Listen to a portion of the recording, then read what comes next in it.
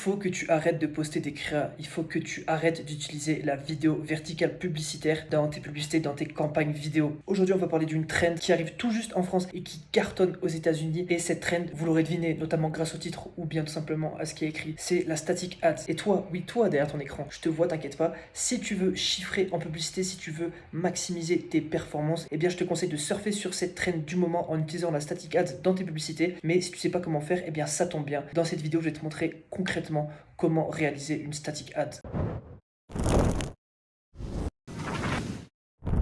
Mais avant de te montrer tous les secrets de la static ads, je me permets de me présenter, moi c'est Clément et avec mon agence Frame-Edit, on réalise du montage pour contenu vertical publicitaire, donc du montage pour tes créatives. Tu es une agence ou un média buyer et tu as beaucoup de montage à réaliser pour tes créas, et bien Frame-Edit, c'est littéralement l'extension montage vidéo de ton business pour améliorer tes process, pour gagner du temps en termes de post-production, pour gagner de l'argent en termes de post-production et tout simplement améliorer le montage de tes créatives. Notre montage est millimétré pour ce qui est de la créa, mais on va parler d'un sujet qui fait carnage en ce moment sur les réseaux, qui est la static ads. Qu'est-ce que la static ads? Dans un premier temps, je vais vous présenter qu'est-ce que la static ads. Eh bien, la static ads, vous l'aurez deviné, c'est une publicité statique. Qu'est-ce qu'une publicité statique? Eh bien, ça va tout simplement être une image. Ça ne va plus être une vidéo, ça ne va plus être un contenu sous forme de vidéo, sous forme de différentes images qui se suivent, si vous voulez vraiment prendre le truc profondément, ça va simplement être une image. Parce que bien entendu, ce type de contenu est utilisé majoritairement sur Facebook, au même titre que la créa finalement.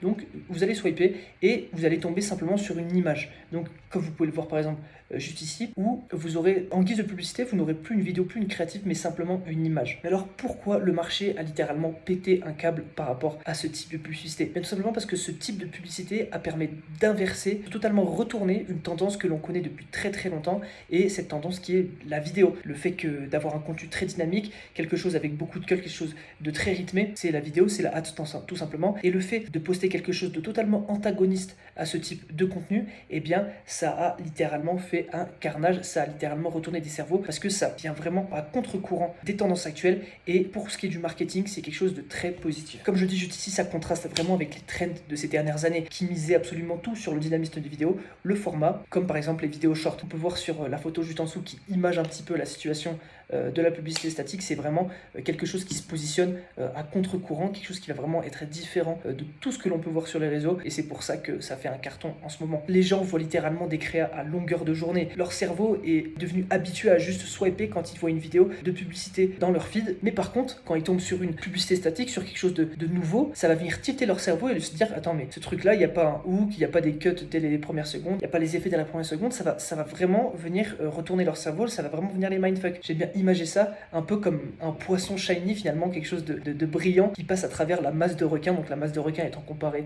à la masse d'ads et le poisson shiny à cette nouvelle tendance de publicité statique. D'ailleurs, moi je trouve que ça rejoint un petit peu une trend qui est vraiment virale de nos jours, qui est la native ad. On connaît tous la native ad, c'est quelque chose qui met en avant le côté sans filtre, vraiment le côté communication premier degré, voilà, où on ne sait pas forcément te vendre un truc, même si derrière on essaie toujours de te vendre un truc, mais voilà, où on voit des êtres humains qui tiennent leur téléphone comme ça, il y a vraiment cette proximité, ce contact entre êtres humains malgré qu'il y ait un écran. Donc ça c'est ce qu'on appelle la native ad, avec un minimum d'effets derrière, donc un minimum de post-production. Donc bien sûr il y aura toujours de la post-production, c'est juste que elle est plus filtrée, tout simplement.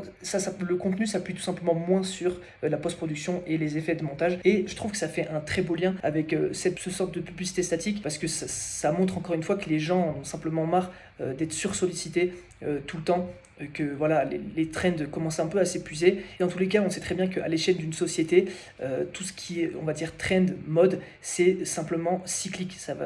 Par exemple, il va y avoir des trends avec des vidéos méga montées, avec des coûts de post-production monstrueux pendant, je sais pas, 4-5 ans, et les 4-5 prochaines années, les gens auront eu leur claque d'avoir des vidéos surmontées, et ils vont passer à quelque chose de plus natif. Donc comme on est par exemple dans une trend actuellement vraiment de native ads, où il y a vraiment cette recherche de proximité avec la personne derrière l'écran. Mais maintenant, on va voir concrètement pourquoi ça fait un carton. Maintenant que je vous explique ce que c'est, on va voir pourquoi ça fait un carton. Pourquoi ça fait un carton? C'est extrêmement simple. C'est tout simplement parce que déjà, en termes de coût de production, c'est vraiment peu cher. En effet, contrairement à certaines ads qui coûtent des dizaines de milliers d'euros à réaliser, de par le fait de payer des équipes de prod, des acteurs, ou encore de réserver des lieux de tournage avec différents accessoires, différents matériels, enfin vraiment des coûts de production astronomiques. Là, finalement, c'est juste créer une image. Donc voilà, prendre quelques photos, aller sur Canva, j'ai envie de dire, et tu peux littéralement faire ta native ad. Grâce à ça, eh bien, le deuxième point, enfin, de toute façon, les 4 points sont relativement liés, mais le deuxième point montre que c'est simple à réaliser.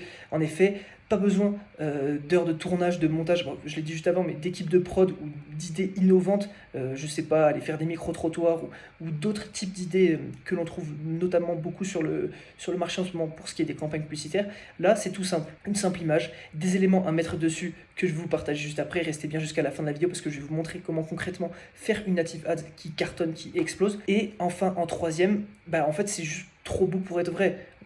Les gens veulent juste profiter de cette trend du moment. On sait pertinemment que ça va pas durer. Voilà, c'est une trend qui, selon moi, va être relativement courte parce que c'est quelque chose qui, d'un point de vue marketing, ne devrait pas forcément marcher. Là, il y a cette trend.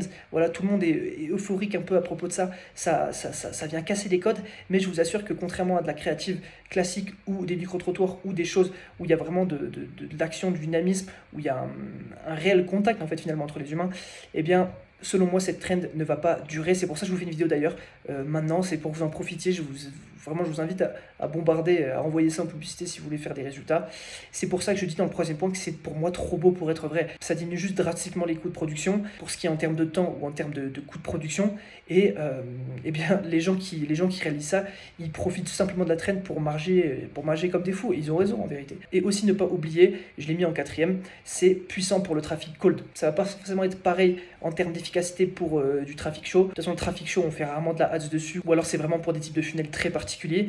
Mais tout ça pour dire que voilà, c'est très puissant pour le cold traffic, donc notamment pour le direct response marketing. Et avant de passer à la dernière partie, où je vais vous expliquer concrètement comment réaliser une native ad, les gars, n'oubliez pas, si vous voulez déléguer la partie montage de vos créatives, la partie post-production de votre funnel, et bien Frémédite, c'est exactement comme cela qu'on se positionne. On est réellement une extension de votre activité. Grâce à nos process, on va réellement être votre bras droit en termes de montage vidéo. On passe directement à la troisième partie, comment réaliser une static ads. Franchement, en termes de production, il ne va pas y avoir plus simple à réaliser qu'une static ads, mais il est important de comprendre ces 3 principes. Le premier principe est que vous allez devoir réellement communiquer en 3 secondes ce que habituellement vous aurez communiqué en 45 secondes en ad. Et je m'explique, le public va tomber sur une image. Donc, il va simplement avoir une frame, c'est littéralement le terme, une frame pour comprendre tout ce que vous avez à lui expliquer. Alors que durant une ad, il y aura 45 secondes, vous allez lui expliquer étape par étape, où vous allez réellement éduquer le prospect sur ce que vous proposez, sur ce que vous vendez. Alors que là, s'il n'y a pas les éléments nécessaires, le prospect ne pourra pas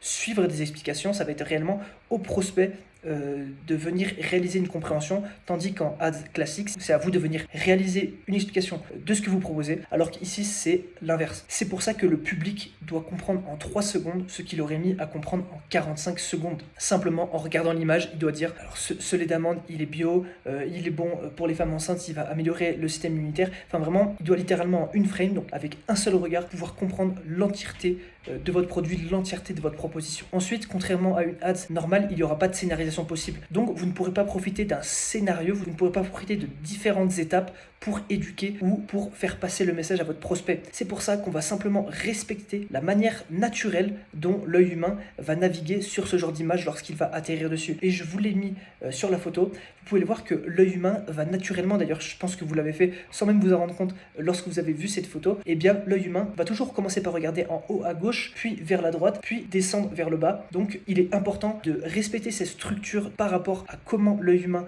va venir regarder votre static ads pour y déposer les éléments, pour y déposer les informations que vous souhaitez communiquer à travers ces static ads. Par exemple, mettre la promesse tout en haut, ça va permettre directement d'éveiller la curiosité, directement de target le public pour qu'ensuite il soit intéressé et aille regarder le bas de votre static ads. Ensuite, quelque chose de plus tricky qui rejoint un peu la première partie, mais dans votre static ads, il va être essentiel de mettre uniquement les éléments qui sont appropriés à l'endroit où cette ads se positionne dans votre funnel. Je m'explique. Qu'est-ce qu'un funnel? Je vous l'ai déjà montré. Un funnel, c'est le fait de faire passer un prospect de l'état unaware, donc qui ne connaît absolument rien à votre produit, rien à votre service, à l'état most aware, qui se rend compte concrètement que votre service est la solution à un de ses problèmes, ou alors que votre service produit est fait pour lui. Dans le cas d'une ads, donc dans le cas d'une static ads également, elle se trouve dans la partie du funnel présentation du produit et soulèvement des objections. En effet, la première partie qui est de trouver un lead, et bien c'est tout simplement vous qui allez poster votre créa sur Facebook. La deuxième partie qui est de connecter avec un lead, et bien là ça va être le travail de Facebook qui va, en analysant votre branding, en analysant ce que vous allez vendre, eh bien,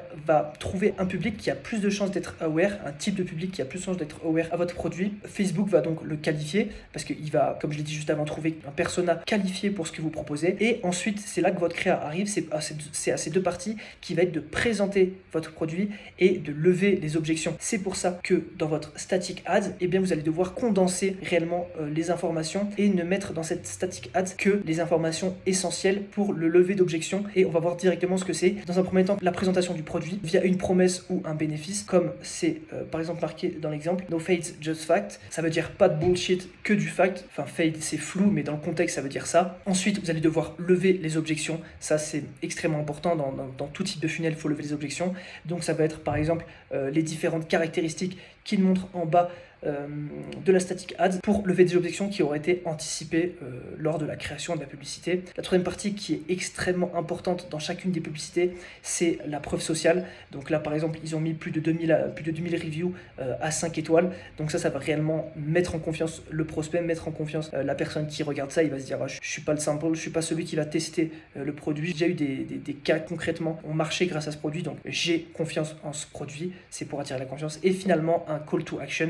Ne l'oubliez pas, c'est très important. Là, il n'y en a pas sur celle que je vous ai mis en exemple, mais mettez des call to action, les gars. C'est pas naturel pour quelqu'un de cliquer lorsqu'il regarde une vidéo. Enfin, pour lui, pour son cerveau, c'est simplement une vidéo, c'est simplement un amas d'informations. Mais si tu lui donnes pas l'information de cliquer, si tu lui triggers pas cette envie de cliquer, il va pas naturellement cliquer.